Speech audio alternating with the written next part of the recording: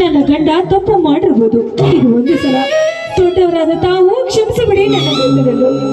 ನನಗೆ ಪತಿ ಭಿಕ್ಷೆಯನ್ನು ಕೊಡಿ ಸಾವುಕಾರರೇ, ನಿಮಗೆ ಕೈ ಮುಗಿದು ಕೇಳಿಕೊಳ್ತೇನೆ, ನನಗೆ ಪತಿ ಭಿಕ್ಷೆಯನ್ನು ಕೊಡಿ. ನಿತ್ಯ ಕಣ್ಣೀರಿನ ಕಡಲೆ ಹರಿಸುವ ಈ ಬೆಂಕಿ ಅಪ್ಪನಿಗೆ ಕರುಣೆ ಎನ್ನುವ ಶಬ್ದವೇ ಗೊತ್ತಿಲ್ಲ. ನಿತ್ಯ 10,000 ಜನ ಅಮಾಯಕರ ಬಿಸಿ ರಕ್ತನ ಕುಡಿಯುವ ಈ ಬೆಂಕಿಗೆ ಬರೀ ಕಟಕತನವೇ ಉಂಟು.